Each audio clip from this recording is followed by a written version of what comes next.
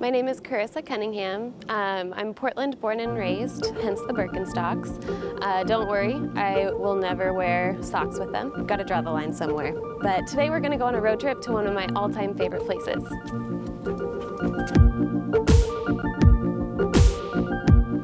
So I'm from a family of gingers. I know that it's pretty shocking that a redhead fell in love with another redhead, but it happened, and then here's me and my sister, and we're both rocking the red hair as well. I do promise that we all have souls though. It's a common misconception that gingers don't. My parents are amazing. They actually met at Albertsons when my mom worked there, and my dad frequently went in. I basically just tell all my friends that want to get married to grocery shop and that they should just be an adult, and then maybe you might find your future spouse. Like, you never know. So music is definitely a big part of my life, as it is for a lot of people. Making playlists is one of my favorite things to do. Growing up, I would always listen to my dad's playlist, really amazing stuff. The Beatles, the Eagles, Tom Petty, Radiohead, Rolling Stones, so many different bands, and he exposed me to a lot of like the rock and roll era, and he's also in a rock and roll band.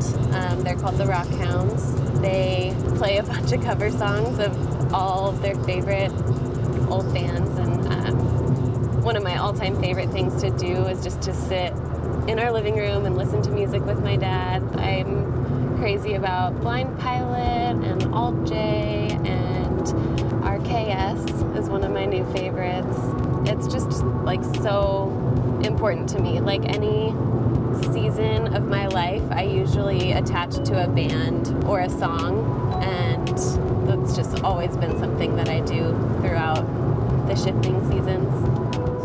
I am so blessed with an amazing family. My parents showed me unconditional love in a way that I just truly feel that from them, and I know everyone doesn't have that, so I feel super blessed. Of course, God loves me, because look at how my parents modeled that, and yeah, they just did an awesome job with that. I was not raised in a Christian home, but I do believe in Jesus now, and actually it was here at the beach that I got saved. It was 4:44 in the morning on October 12th, 2008, and that's when I really started to feel God's presence. I asked him that he would show himself to me if he was real, and he did in really real, tangible ways.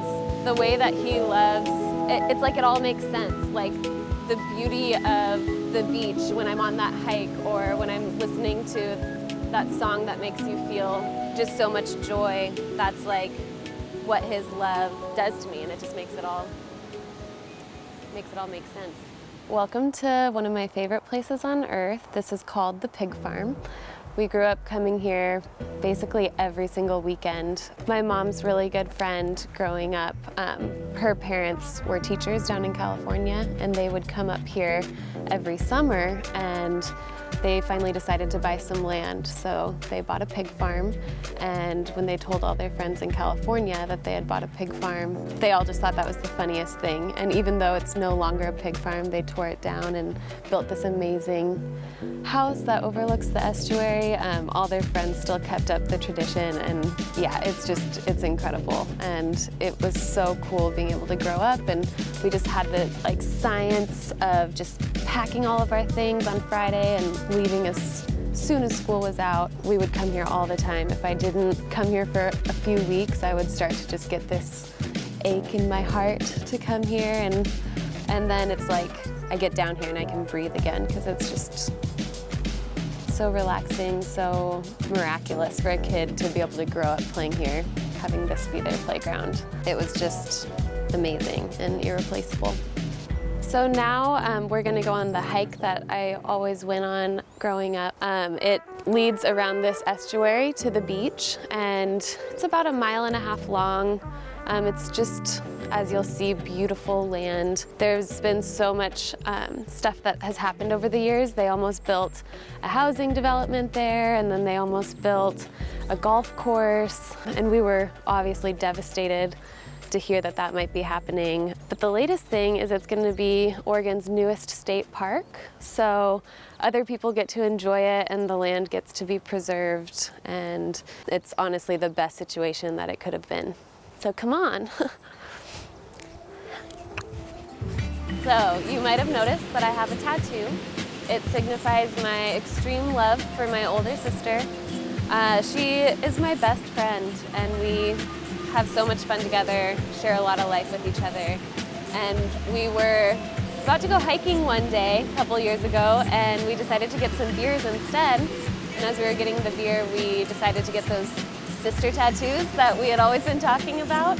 And now instead of high-fiving, we just put our arms right next to each other, and it looks like a little, it's like a high five, but it's better than one. There used to be a log that went across, but it came down in a storm.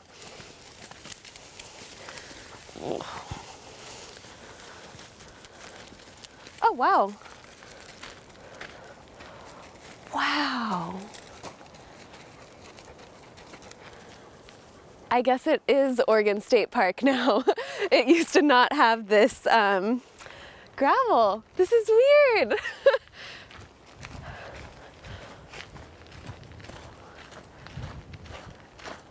So this looks a little different. Used to just be all grass, but bizarre. So there's a line in one of my favorite movies, Across the Universe. What you do doesn't define who you are, but who you are defines what you do. That line is really powerful to me because I don't think that a profession or a career should like totally dictate your like core self and who you are. But I really feel like I've found a path that intertwines my passion and my love for people, but it's also something that I get to do as a job.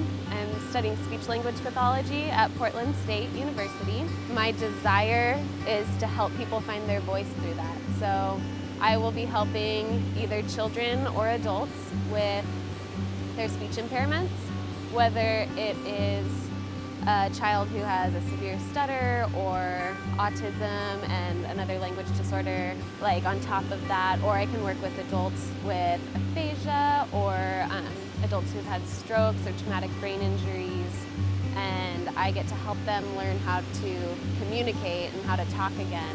It's so cool because it is a balance of a hard science and also using interpersonal skills and really connecting with people and finding what makes them tick, and being able to help them find their voice is something I'll ultimately get to do for a living. And I'm so excited about it because if you think about communication, that is the most important thing to us in life. If we can't communicate the way that we're used to, we can't do this. I couldn't be telling you what I am right now. I couldn't go out to eat with my friends. There's just so much that changes, and that only doesn't affect your voice, but that affects your self-esteem, and it just changes everything. And I'm so excited to be a part of making a difference in someone's life in that way. So welcome to our somewhat private beach.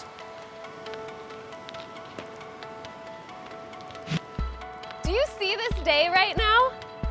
It's so beautiful. Woohoo!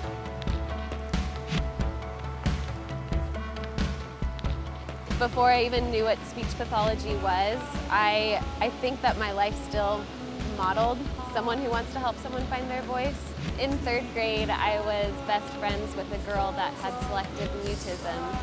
She was Japanese, and selective mutism is something where you have the capacity and the capabilities of speaking, but you choose not to. So through our whole friendship, she never spoke, but I started talking to her. We wrote notes to each other back and forth. You could tell through the progression of the year that she changed drastically, and even though she didn't continue, or she didn't start to talk, I know it made a difference in her life. Her parents thanked me, and she ended up moving back to Japan, and I still wonder where she is because I want to thank her for introducing me to my love and interest in the field of speech-language pathology. Water is definitely important to pack for a hike, but this is one of my new favorite toys. It's actually not water at all. so cheers. I think any good hike really needs a beer to enjoy the view.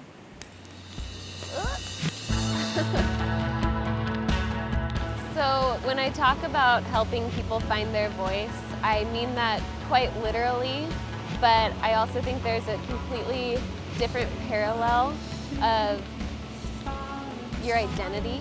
Your identity is in your voice, and it's been a crazy process learning how to help others find their voice while I'm still trying to find my own.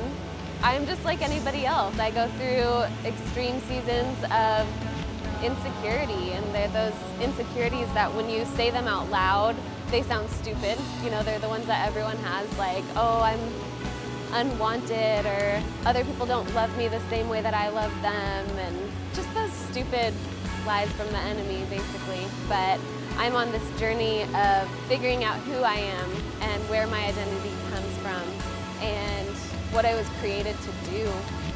And I'm finding my voice while I'm helping others find theirs.